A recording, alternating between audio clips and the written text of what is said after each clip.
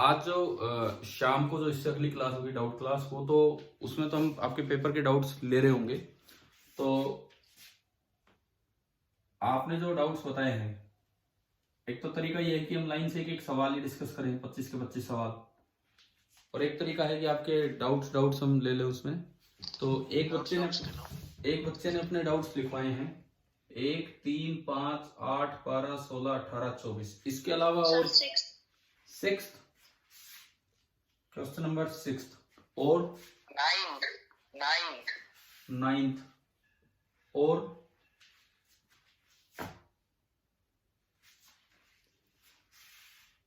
1, 2, 3, 4, 5, 6, 7, 8, 9, 10।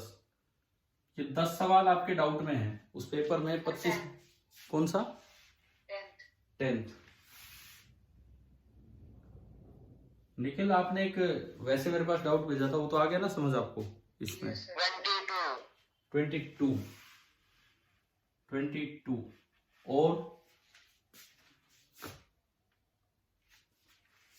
और भी किसी के हों तो बता देना, बाद में मैसेज कर देना। चाहे एक काम करना है, ये क्लास ऑफ होने के बाद ना आप लोग पर्सनली मेरे व्हाट्सएप नंबर पे केवल क्वेश्चन नंबर लिख के अपने अपने जिसके जो मैसेज है वो सेंड करना, ठीक है? ठीक है। और रात को शाम को ये डिस्कस करते हैं आज। तो अब हम अपना काम आगे बढ़ाएं। मैंने आपसे कहा था कि जैसे अब अगला चैप्टर जो आता है दैट इज कैपेसिटेंस, लेकिन उससे पहले हमें कुछ चीजें और कवर करनी है, तो हम उनको कवर करेंगे, ठीक है? पहली चीज, एक दिन अपनी एक काम करो, एनसीईआरटी बुक निकालो आप, चैप्टर 1 एनसीईआरटी बुक खोलिए, chapter number 1।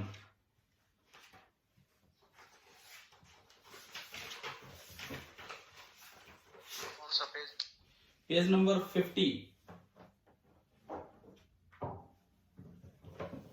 NCERT book chapter 1 page number 50, question number 1.32 का A part. NCERT page number 50, question number 1.32 part A. क्या ये हो गया आपसे? Yes sir. कैसे किया? इस थ्योरम का नाम भी दिया था मैंने। क्या नाम दिया था इस थ्योरम? नहीं, मैं, हाँ, मुझे ध्यान नहीं है मैंने कब करवा दिया। क्या मैंने तो नहीं करवाया यार, ये पार्ट तो करवा दिया सर। ये थ्योरम प्रूव करवा दिया है यूजिंग गॉस लॉ। हाँ सर, तो फिर ये कहाँ करवा दिया? फिर मैंने कैसे करवा दिया इसका प्रूफ? सर आपने क्लास में करवाया था। अरे तो मैं वही तो पूछ रहा हूँ, क्या गॉस लॉ से इसका प्रूफ करवा दिया मैंने? No sir. तो इसका प्रूफ तो और किसी तरह है ही नहीं, तो मैंने तो प्रूफ करवाया नहीं। आप बी पार्ट की बात कर रहे होंगे, बी पार्ट करवाया होगा मैंने। बताओ एक बार आप, ए पार्ट करवाया है कि बी पार्ट करवाया है? कौन सा पार्ट करवाया है? सर आपने ए पार्ट के लिए ये कहा था कि इससे थ्योरम से होगा, तो ये थ्योरम आगे पढ़े। हाँ, तो वो थ्योरम तो पढ़ लिया हमने गॉस लॉ। तो मैं वही तो पूछ रहा हूँ आपसे कि भाई देखो, कितनी देर से आप लोग कंफ्यूज कर रहे हो, जस्ट वैसे ही टाइम वेस्ट हो रहा है। मैं कह रहा हूँ 1.32 का ए पार्ट गॉस लॉ आने के बाद क्या हमने प्रूव किया है कि नहीं किया है? No sir. हाँ, तो बस, तो फिर वही कर रहे हैं। अर्नशो थ्योरम, ये नाम लिया था पीछे किसी सीपीपी में दिया हो या वैसे दिया हो? अर्नशो थ्योरम यस सर, लिखवा रखा है ना वो वहां, और उसका प्रूफ है ये। अर्नशो थ्योरम का प्रूफ है ये, जो आपका ये क्वेश्चन है। ये नाम 12th क्लास में नहीं भी लेते हैं, बट ये क्वेश्चन एनसीईआरटी का प्रूफ आ सकता है। देखिए क्या है, कोई भी एक आर्बिट्रेरी इलेक्ट्रोस्टैटिक कॉन्फ़िगरेशन है, उसके अंदर कोई नल पॉइंट है, और आपको ये प्रूव करना है कि वहां किसी भी टेस्ट चार्ज का इक्विलिब्रियम नेसेसरली अनस्टेबल होगा। यानी कि हम ये प्रूव करना चाह रहे हैं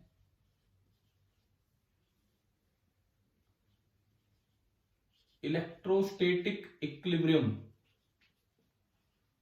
हम ये प्रूव करना चाह रहे हैं इलेक्ट्रोस्टैटिक इक्विलिब्रियम इज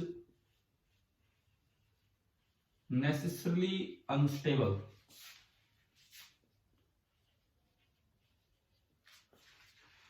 कल को कभी वैसे ऑब्जेक्टिव एमसीक्यू आ जाए कि under arbitrary electrostatic configuration the equilibrium of a test charge is, नीचे 3 ऑप्शन हो, स्टेबल, अनस्टेबल, न्यूट्रल, और डी में कुछ भी नन ऑफ दीजिए इस तरह से, तो क्या आंसर आएगा? कैसा होगा वो इक्विलिब्रियम? अनस्टेबल। आपको कुछ नहीं बता रखा कॉन्फ़िगरेशन के बारे में, तो आप ये अनस्टेबल टिक लगा के आएंगे, बिकॉज कोई स्टेबल का मतलब वो मानते हैं कि हर तरफ स्टेबल हो, ये कहता है कि कोई ना कोई डायरेक्शन तो ऐसी होगी जिधर इक्विलिब्रियम अनस्टेबल होगा। सपोज मैंने एक आर्बिट्रेरी कॉन्फ़िगरेशन माना,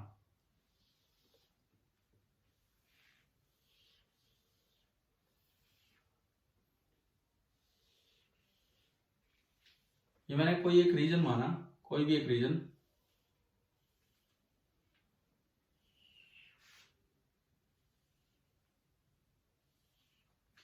ये हमने कोई एक रीजन लिया और this is our arbitrary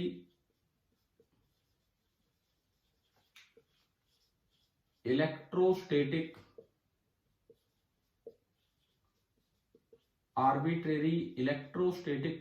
configuration.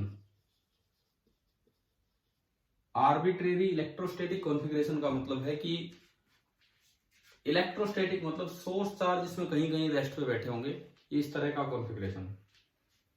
इसके अंदर आपने कोई एक पॉइंट लिया, let this point be N, और एन हम कहते हैं कि भाई एन क्या है इसका?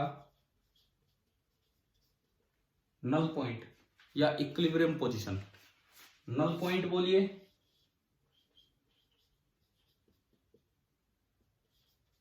या फिर आप बोलिए इक्विलिब्रियम पोजीशन। अच्छा, इक्विलिब्रियम पोजीशन कौन सी पोजीशन होती है? इक्विलिब्रियम पोजीशन कौन सी पोजीशन होती है जहां हम किसी नेक्स्ट टेस्ट चार्ज को रखें तो उस पर नेट फोर्स कितना लगे? 0। तो अगर टेस्ट चार्ज रखने की बात है तो इसका मतलब it must be empty, it must be vacant, वो खाली होनी चाहिए, वहां पहले से कोई चार्ज ना हो, ताकि आप वहां किसी टेस्ट चार्ज को रख सकें। समझ आ रहा है? ठीक है। अगर एन को आपने बोल दिया इक्विलिब्रियम पोजीशन, तो इसका मतलब 2 कंडीशन तो आपने पहले ही लगा दी। पहली condition, it must be charge free. सबसे पहली कंडीशन तो ये है कि वो चार्ज फ्री हो, और दूसरी कंडीशन, वहां रखे किसी भी चार्ज पे फोर्स 0 तब होगा जब वहां ई कितना है? 0। बताओ, ये 2 कंडीशंस आ गई आपको समझ?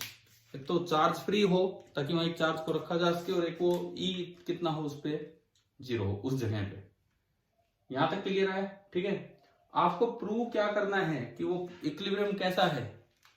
Necessarily unstable. तो अब हम प्रूफ स्टार्ट करते हैं इसका। बताओ यहां तक क्लियर है ना? ये कैसे हुआ है, क्या क्या हुआ है, नल पोजीशन का क्या मतलब है? ठीक है। अब देखिए,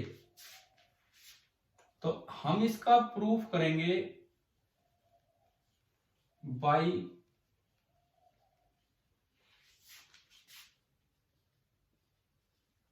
कॉन्ट्राडिक्शन मेथड। हम इसको प्रूव करेंगे by contradiction method. Contradiction method क्या होता है? जैसे मैथ्स में हम ये करते हैं कि प्रूव दैट √2 इज इरेशनल, तो हम मान लेते हैं कि लेट √2 इज रेशनल, और फिर अपनी बात को कहीं ना कहीं गलत प्रूव कर, है ना? तो वो है। तो आपको इक्विलिब्रियम कैसा प्रूव करना है? Unstable. Let the equilibrium is necessarily stable. Necessarily stable मतलब हर तरफ स्टेबल है। नेसेसरली स्टेबल मतलब आप अगर एन पॉइंट पे कोई टेस्ट चार्ज रखोगे, उसको कहीं भी डिस्प्लेस करके देख लो, वो वापस लौट के आएगा। कहीं भी डिस्प्लेस करके देख लो, छोड़ने के बाद वापस लौट के आएगा। ये चेक करने के लिए हम आगे बढ़ते हैं। Let us place a positive test charge Q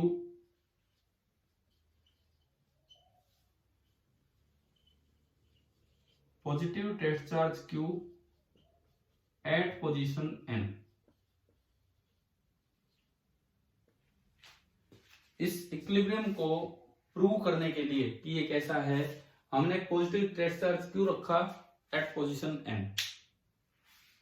अब देखो अगर ये इक्विलिब्रियम हर तरफ स्टेबल है और मैंने यहाँ पॉजिटिव टेस्ट चार्ज क्यों रखा है, इसका ये मतलब है कि मैं अगर इसको थोड़ा सा भी इस साइड में डिस्प्लेस करके छोड़ू, सपोज मैंने इधर डिस्प्लेस किया, यहां में ले आया, छोड़ने के बाद ये किधर आना चाहिए, वापस किधर आना चाहिए, वापस आना चाहिए, दूर जाना चाहिए, आपके अजम्पशन के अकॉर्डिंग वापस आना चाहिए। वापस तब आएगा जब इस पे फोर्स पीछे लगे। पॉजिटिव चार्ज पे फोर्स किधर लगता है, फील्ड की डायरेक्शन में कि फील्ड से अपोजिट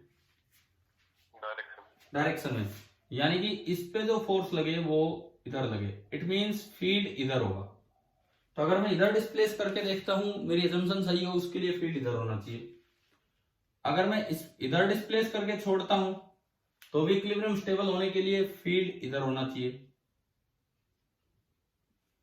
अगर मैं इधर डिस्प्लेस करके छोड़ता हूं तो भी मेरी कंडीशन सही होने के लिए फील्ड इधर होना चाहिए। मतलब इस प्लेन में नहीं, 3D में आप कहीं भी चारों तरफ कहीं भी आप डिस्प्लेस करके छोड़ेंगे, मैं कहूं कि मैंने इसके चारों तरफ एक स्फीयर बना दिया, बहुत ही छोटा सा स्फीयर बना दिया। मैंने इस न्यूट्रल पोजीशन के चारों तरफ एक स्फीयर बना दिया 3D में। समझ आ रहा है ये क्या बनाए हैं? वीडियो ब्लर आ रही है। क्या हो गया? वीडियो ब्लर है। नहीं क्लियर नहीं आ रही क्या वीडियो? नहीं आ रही, आवाज भी कट गई। अरे यार आज नेटवर्क सप्लाई कम है, इसीलिए ये मैंने जियो वाले से स्टार्ट किया है। BSNL का तो नेट ही नहीं आ रहा है, सुबह से कुछ इस तरह का काम हो रहा है। कोई क्या सभी के पास ये दिक्कत आ रही है कि समझ आ पा रहा है कुछ?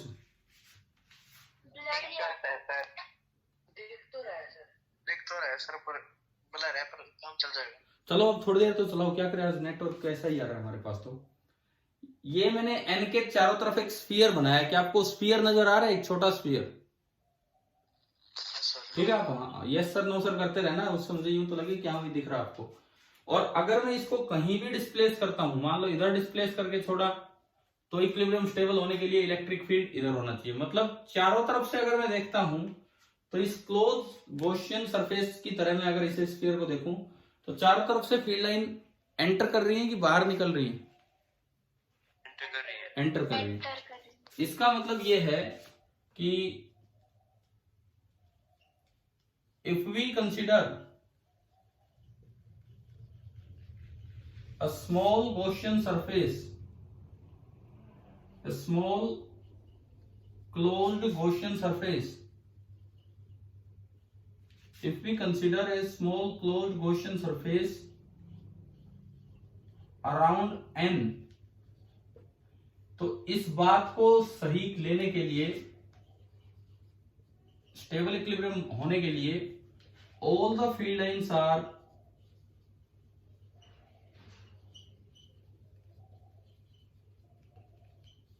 entering the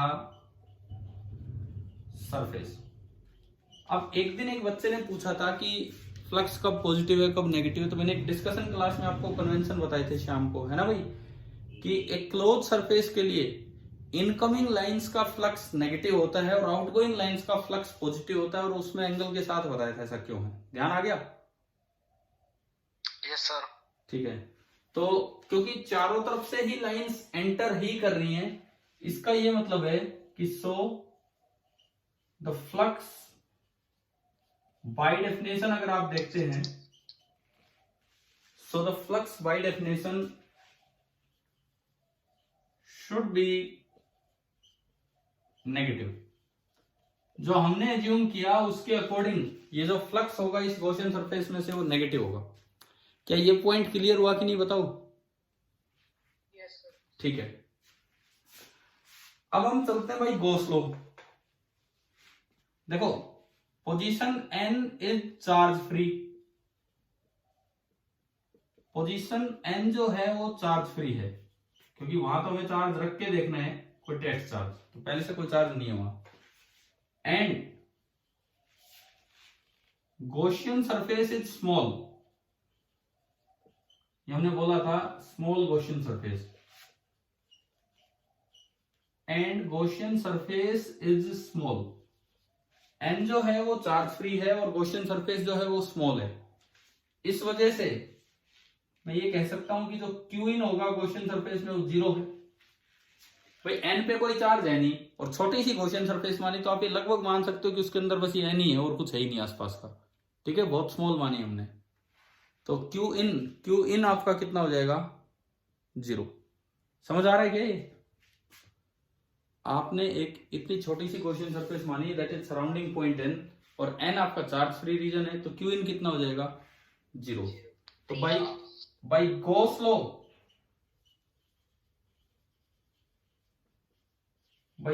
लॉ फ्लक्स कितना होना चाहिए? 0 होना चाहिए। जबकि एक तरीके से फ्लक्स क्या आया था? नेगेटिव। ये कह रहे हैं फ्लक्स 0 होना चाहिए। तो from equation 1 and 2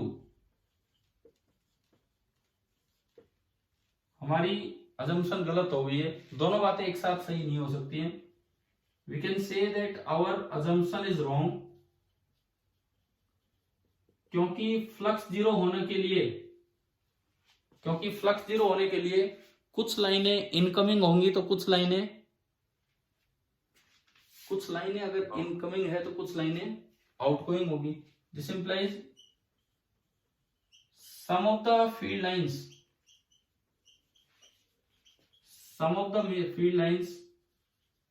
must be outgoing, और आउटगोइंग फील्ड लाइंस के अलोंग अगर आपने पॉजिटिव चार्ज को डिस्प्लेस कर दिया तो छोड़ने पे उस पे फोर्स किधर लगेगा? बाहर की तरफ ही लग जाएगा। सो इक्विलिब्रियम ऑफ क्यू। हाँ सर, ये जो एन पोजीशन है तो पॉइंट पोजीशन है ना, यहाँ पे एन एक्स 0 है, लेकिन क्वेश्चन सरफेस तो इससे बाहर है, थोड़ा सा ही बाहर है। हमने बहुत ही, ये स्मॉल को आप जितना छोटा मानना चाहो मान सकते हो। आप स्मॉल को जितना पोजीशन देखो, एक पॉइंट चार्ज के बाहर एक हल्का सा आपने स्फीयर बना दिया तो वो सारी छोटी छोटी पॉइंट पोजीशंस बनेंगी पॉइंट स्फीयर के बाहर। ठीक है, आप अगर जरा सा, ये तो मैंने डायग्राम में इतना बड़ा बनाया है, आप अगर थोड़ा सा भी डिस्प्लेस करके देखोगे, अगर इक्विलिब्रियम स्टेबल है तो जस्ट जरा सा डिस्प्लेस करते हुए वापस आना चाहिए, इधर भी डिस्प्लेस करते हुए वापस आना चाहिए। मतलब हर तरफ से लाइन बिल्कुल एन तक पहुंचनी चाहिए, बिल्कुल एन तक। चाहे आप एन पॉइंट को छोड़ दो, लेकिन अगर हमारी अजम्पशन सही है तो हर तरफ से लाइन बिल्कुल एन तक पहुंचनी चाहिए। अब जरा सा भी डिस्प्लेस करो तो वापस आना चाहिए।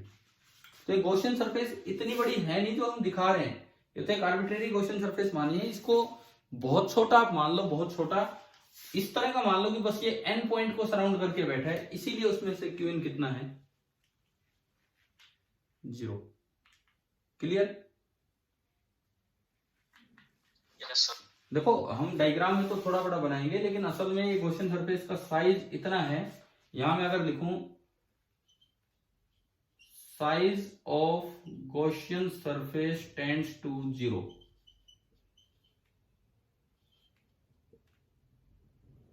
Size of Gaussian surface tends to 0 around N, N के चारों तरफ, इस तरह से माना। ठीक है, और अगर कुछ लाइनें आउटगोइंग आती हैं इस तरीके से तो उधर तो इक्विलिब्रियम अनस्टेबल हो ही जाएगा।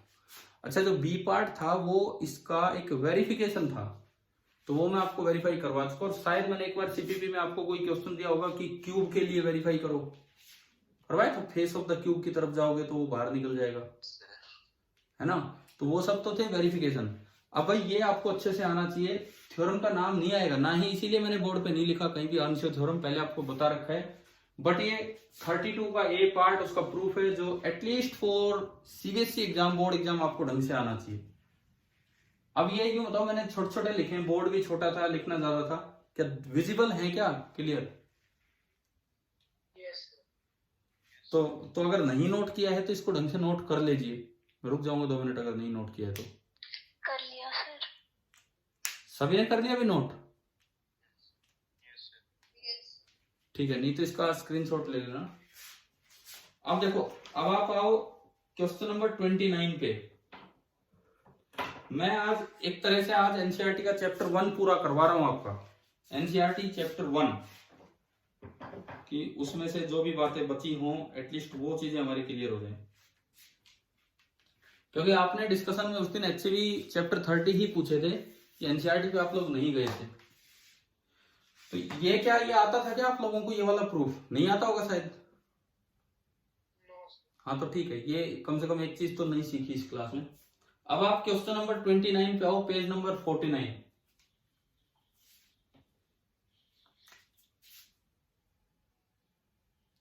Page number 49, question number 29।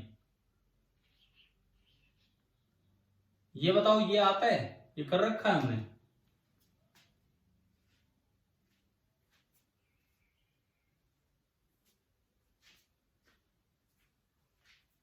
हाँ जी बताएं भाई, ये वाला सवाल किया हुआ है क्या आपने ट्राई? दे तो रखा था मैंने होमवर्क में, आपने डाउट किसी ने पूछा नहीं इसलिए मैं पूछ रहा हूं।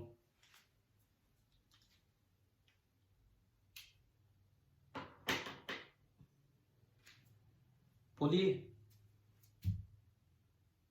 किस किस बच्चे से हो गया क्वेश्चन नंबर 29?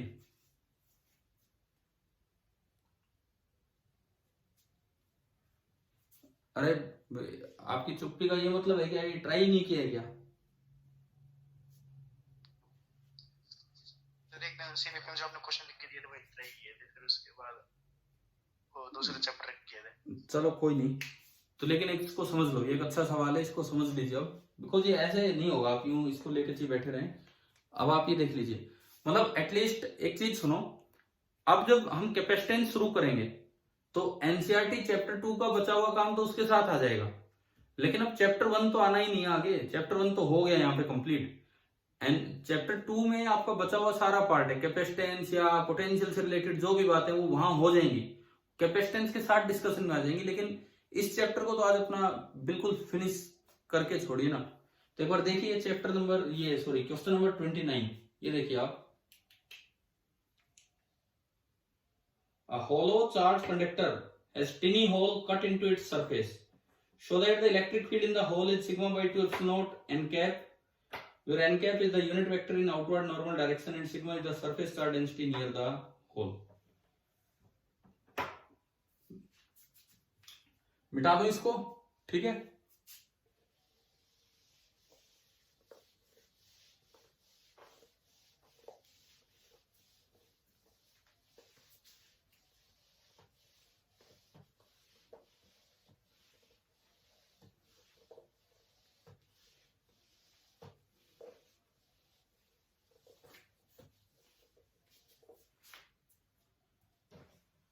देखो इन्होंने ये कहा है कि कोई भी एक कंडक्टर है, कैसा भी टेढ़ा मेढ़ा कैसा भी कंडक्टर हो सकता है, हम नहीं कह रहे कि ये स्फेरिकल है, कैसा भी टेढ़ा मेढ़ा कंडक्टर है, हाँ बस कंडक्टर है, ये हमें दिया गया है कि दिस इज ए कंडक्टर।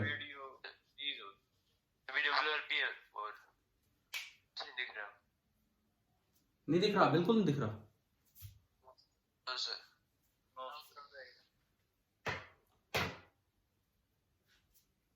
तो चलिए मैं एक बार दूसरे फोन से स्टार्ट करके देखता हूँ, है ना? ठीक है, हम 2 मिनट बाद दोबारा स्टार्ट करते हैं, उसमें देखते हैं क्या है क्या नहीं। चल रहा है सर काम, चल रहा है तो फिर चलने दो यार, क्यों बार बार। ये सर ठीक ठाक है। ठीक है तो चलाओ।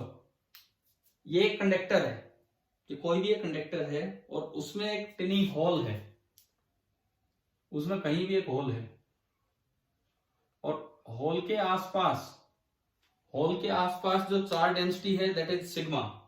आपको ये दिया गया है कि होल के आसपास जो चार्ज डेंसिटी है दैट इज सिग्मा, इसके आसपास यहां पे चार्ज डेंसिटी सिग्मा है होल के आसपास। तो इन द होल, इस होल की लोकेशन पे जो इलेक्ट्रिक फील्ड होगा दैट इज सिग्मा बाई 2 रखिए। Yes sir. अरे यार क्या करें तो बताओ। इस साइड से रेड सिग्नल दिखा रहा है। तो यहाँ तो कुछ ऐसा दिखा नहीं रहा ना, ये इस साइड तो कुछ हो ही नहीं रहा ऐसा।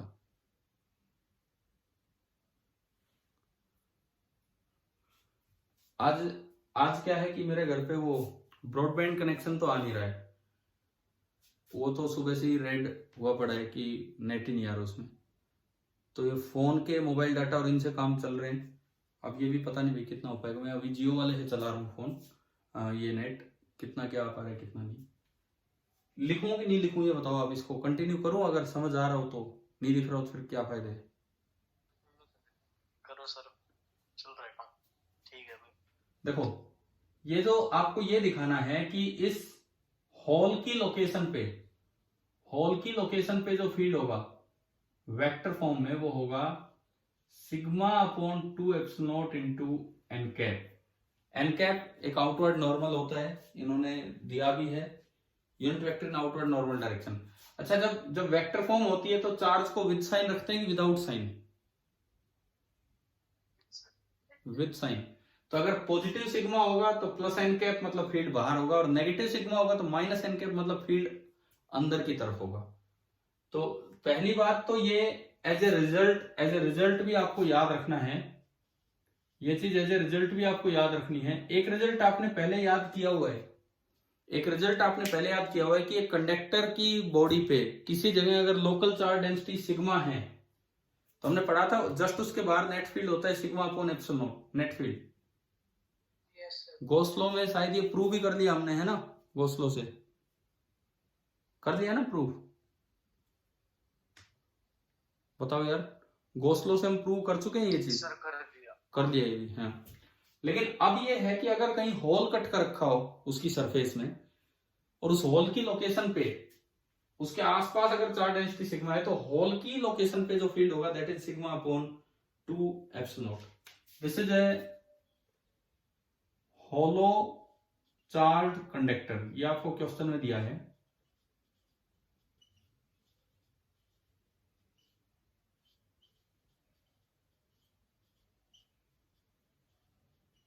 This is a hollow charge conductor, ये आपके सवाल में दिया गया है इस तरह का। तो इसके होल वाली लोकेशन पे फील्ड ये होगा, ये आपको प्रूव करना है। ये भी एक बड़ा वैसे अच्छा सवाल है, क्योंकि ये नहीं करके गए हो तो ये होता नहीं है वहां पे। ऑब्जेक्टिव ये कैसे बन के आ सकता है डायरेक्ट रिजल्ट की तरह? ऑब्जेक्टिव ऐसे आ सकता है, डायग्राम आ गया, होल पे नेट फील्ड बताओ कितना होगा। तो होल पे जो फील्ड होगा वो एक option sigma by epsilon not, एक ऑप्शन 0, एक option sigma by 2 epsilon not. तो कितना होगा, कितना क्या आंसर आएगा? Sigma by 2 epsilon not. अब देखो ये आया कैसे, ये सुनिए आप। इसको अगर हम प्रूव करें तो ये प्रूफ कैसे होगा वो देखिए आप। मान लो ये पूरा क्लोज कंडक्टर होता, कोई होल नहीं कट कर रखा है, कोई होल ही नहीं है। ये तो है hollow charge conductor with hole, this is conductor without hole, this is conductor without hole. ये आपको दिया गया है कि this is our conductor without hole, इस तरह का काम है। और ऑन कर दो। एक मिनट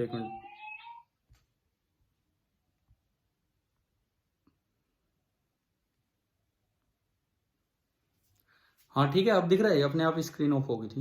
यस सर। एक मिनट,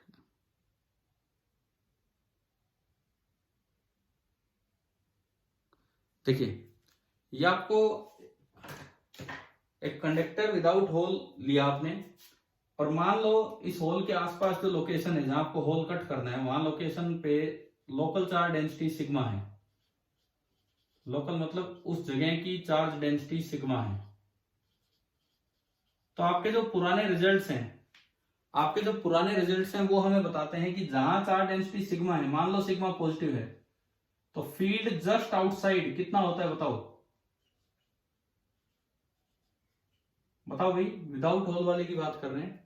एक कंडक्टर के किसी जगह सिग्मा बाई एप्सिलॉन नॉट, बाहर जो फील्ड होगा that will be sigma by epsilon not. Normal तो होगा वो हमें पता ही है, ठीक है, नॉर्मल में तो कोई दिक्कत ही नहीं है।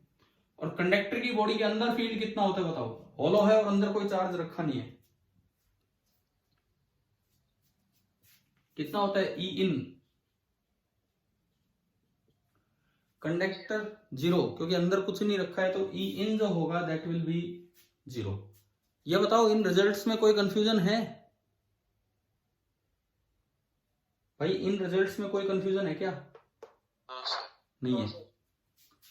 आप इसको इस तरह से देख सकते हैं कि जैसे आपने एक डीएस एरिया का छोटा सा होल कट कर दिया, डीएस एरिया का आपने एक छोटा सा होल कट कर दिया, तो उस पे तो एक बहुत ही हल्का सा चार्ज आएगा डी क्यू।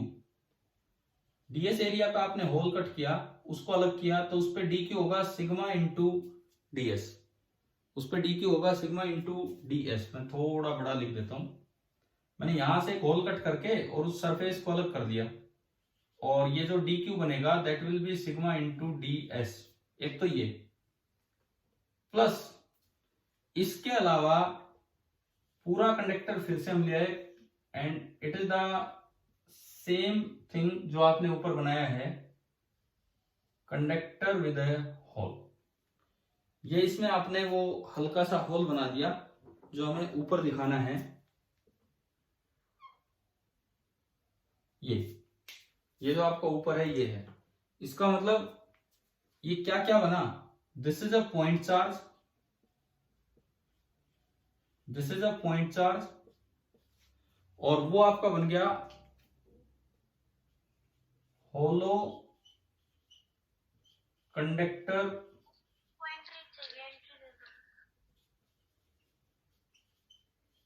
क्या हो गया? होलो कंडक्टर विद अ होल। एक बार आप बताओ कि आपको ये डायग्राम समझ आ रहे हैं कि हमने इसको दो पार्ट्स में ब्रेक कैसे किया है? हाँ जी बोलिए, जवाब दीजिए। Yes sir. मैंने क्या किया है, मैंने इसका एक छोटा सा पार्ट अलग कर दिया, यानी कि this thing is equivalent to this plus this, और सुपरपोजिशन प्रिंसिपल कहता है कि इसका फील्ड अलग निकाल लो, इसका फील्ड अलग निकाल लो, फिर दोनों को इकट्ठा करोगे तो नेट फील्ड यही आना चाहिए जो यहां बना हुआ है ना। अंकित को एंट्री दे दो। अब अंकित को मैं कहां से दूं एंट्री? मैं होस्ट थोड़ी हूं।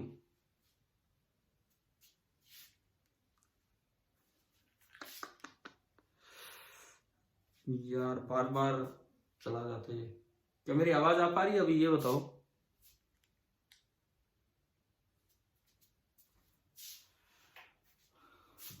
आज तो बड़े ही खराब सी स्थिति में क्लास चल रही है, कभी नेटवर्क चला जाता है, कभी फोन में दिक्कत।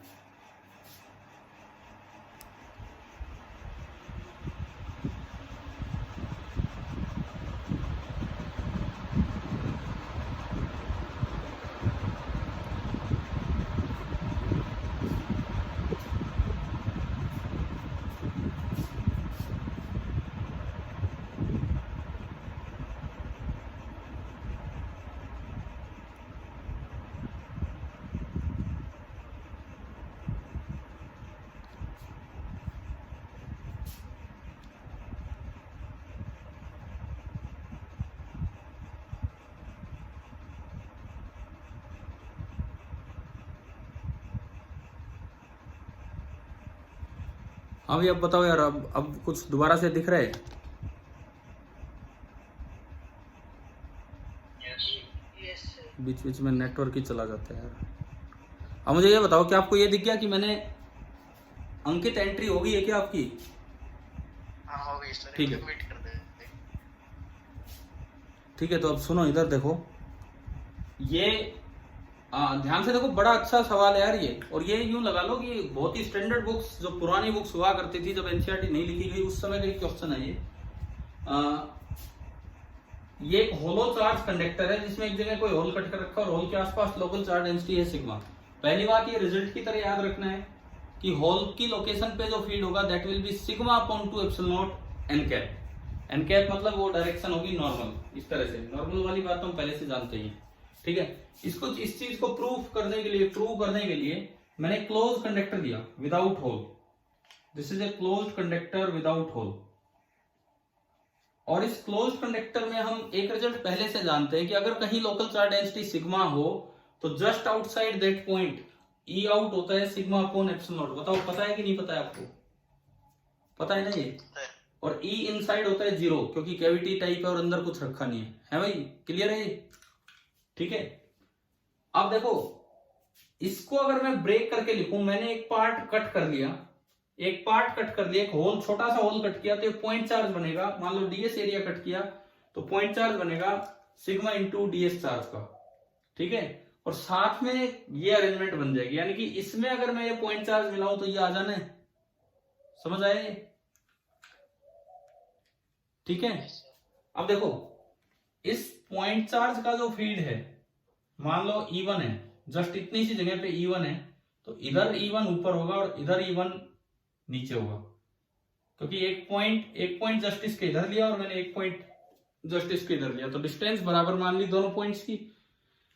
डिस्टेंस जितनी इधर वाले पॉइंट की मानी उतनी इधर वाले पॉइंट की मानी है। डायरेक्शन अपोजिट है तो एक फील्ड इधर रेडियली आउट और एक इधर रेडियली आउट। E1 आ गया आपको समझ कि ये फील्ड E1 होगा। ठीक है। अब देखो यहां जो फील्ड होगा वो रिमेनिंग सारे चार्ज की वजह से होगा।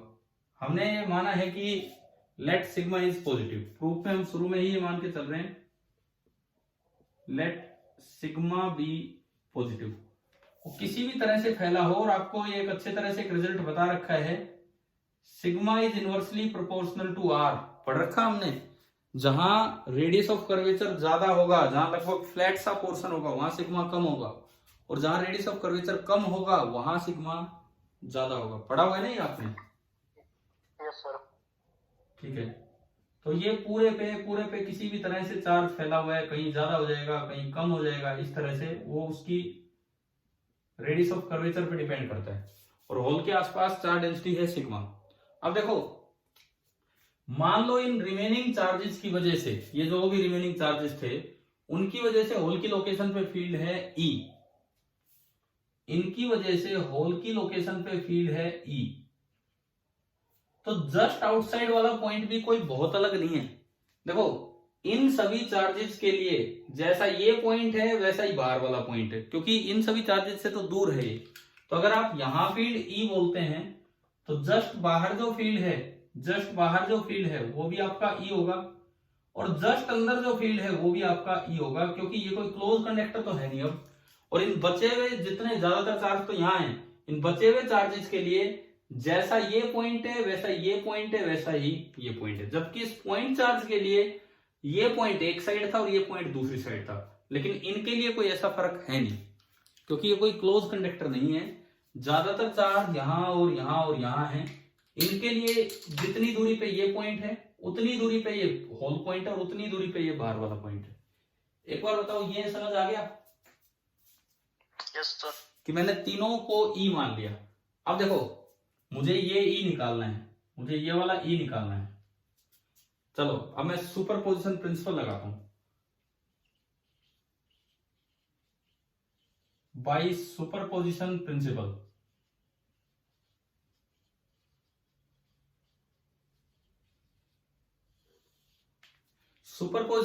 ये कहता है कि जो E आउट होगा वो तो इसका और इसका वेक्टर सम होगा, और जो E इन होगा वो इसका और इसका वेक्टर सम होगा, क्योंकि दोनों चीजें एक साथ आपने मिला दी। तो सुपरपोजिशन प्रिंसिपल हमें कहता है कि E आउट बाहर that is the vector sum of E1 and E। हाँ भाई बताओ, ये पहली बात आई समझ? ठीक है। दूसरी बात, अगर आप इसको E1 वेक्टर बोलते हो तो वेक्टर फॉर्म में ये जो फील्ड है, वेक्टर फॉर्म में ये फील्ड क्या लिखा जाएगा? क्योंकि इसका मैग्नीट्यूड तो सेम है और डायरेक्शन अपोजिट है। समझ आ रहा है? अगर मैं इस फील्ड को E1 बोलता हूं तो ये मेरा फील्ड क्या हो जाएगा वेक्टर में? -E1। ठीक है। तो अगर मैं E इन देखूं, E इन जो नेट फील्ड यहां आना चाहिए, that is the vector sum of -E1 and E। ये तो हर जगह E वेक्टर है, सेम मैग्नीट्यूड सेम डायरेक्शन जो आपको निकालना है।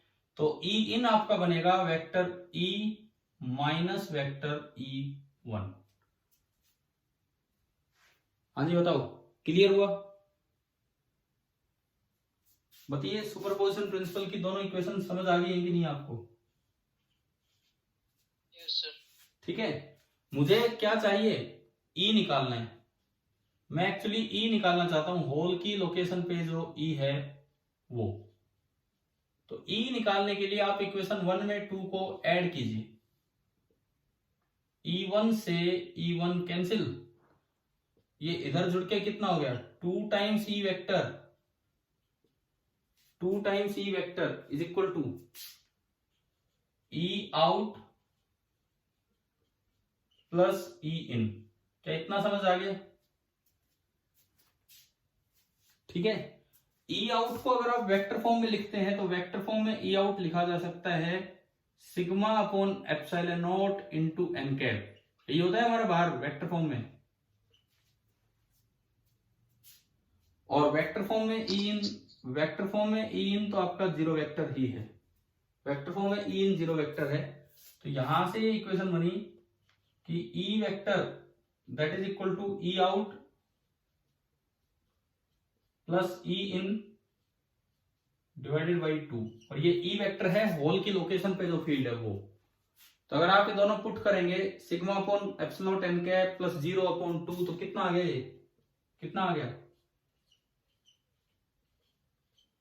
Sigma upon 2 epsilon naught into N cap. Sir जो ये होलो कंडक्टर विद होल बनाया है आपने राइट हाँ, में, हाँ। इस पे कौन कौन सी फील्ड लिखी है?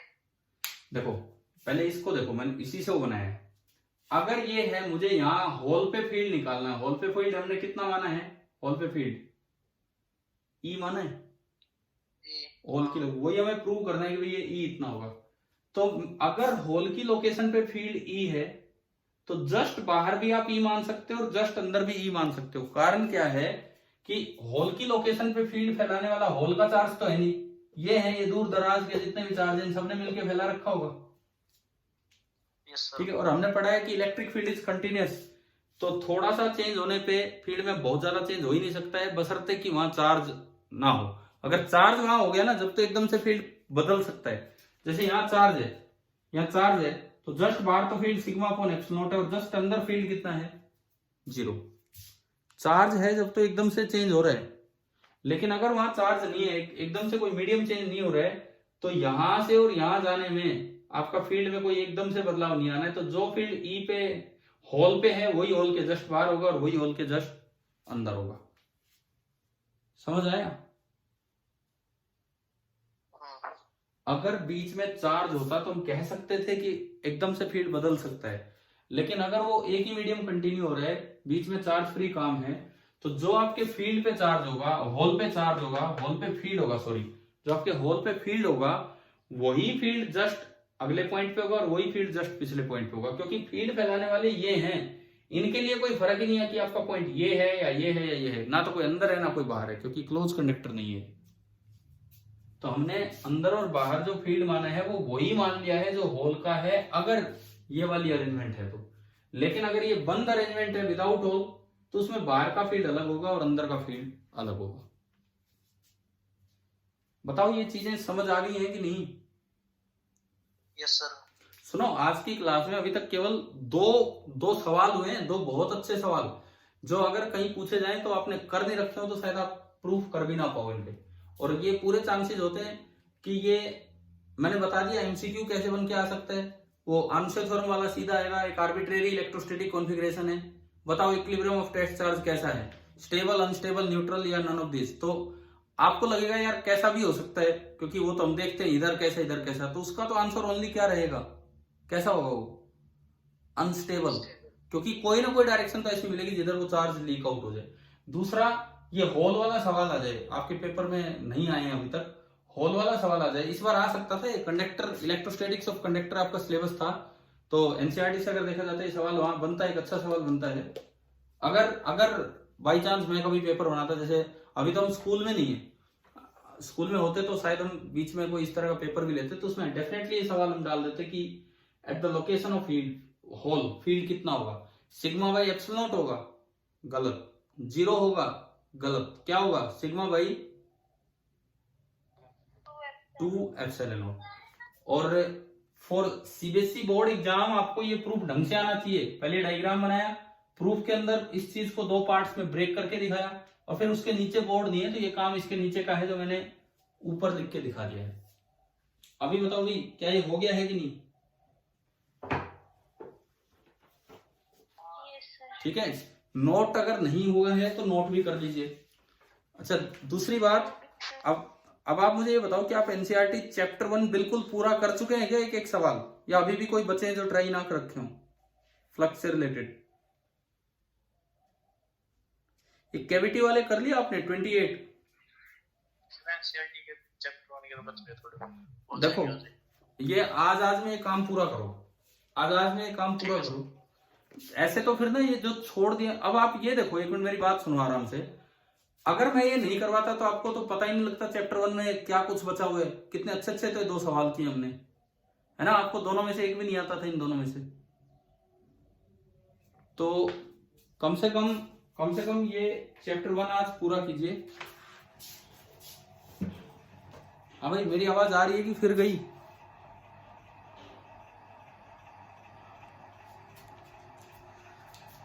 चलो, तो ऐसा है आपका आज शाम तक का होमवर्क ये है। एक तो अपना वो पेपर, आज शाम तक का होमवर्क आप सभी सुने। एक तो जो कल आपका टेस्ट पेपर हुआ वो अपना पूरा कीजिए, फिजिक्स के 25 सवाल, कोई डाउट हो तो आप भेजिए। और दूसरा एनसीईआरटी चैप्टर नंबर 1 इतना फिनिश करके रखें, तब हम आगे बढ़ेंगे। एक बार मैं देखता हूँ ये फिर से कनेक्ट हो पाए तो। बड़ी डिस्टर्बेंस रही है आज तो।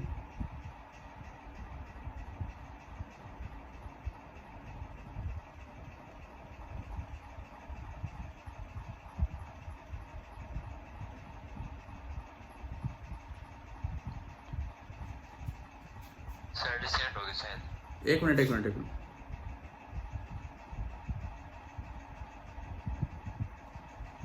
हाँ भाई, अब बताओ, दिख रहा है बोर्ड? Yes sir. भाई आज तो ना बड़ी डिस्टरबेंस रही है, बीच बीच में बार बार नेटवर्क चला जाता है, और कुछ नहीं। फिर भी चलो, अब मैं अपनी बात को फिनिश ही करता हूँ। ऑलमोस्ट कितना टाइम बचा है? 5 मिनट के आसपास।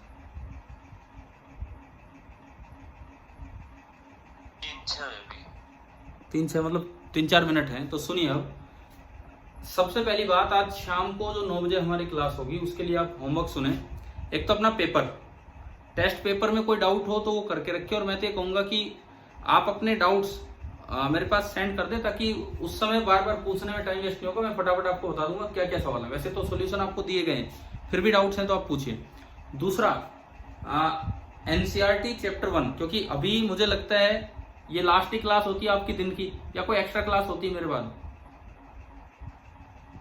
नहीं, अभी तक तो कोई हाँ ठीक है, तो मान लो कि नहीं है, तो आप एटलीस्ट एनसीईआरटी चैप्टर 1 पूरा करके रखे। चाहे टेस्ट हो चुके हो हमारे इनके, कोई बात नहीं यार, अभी तो हमें तो आगे के लिए तैयार होने हैं।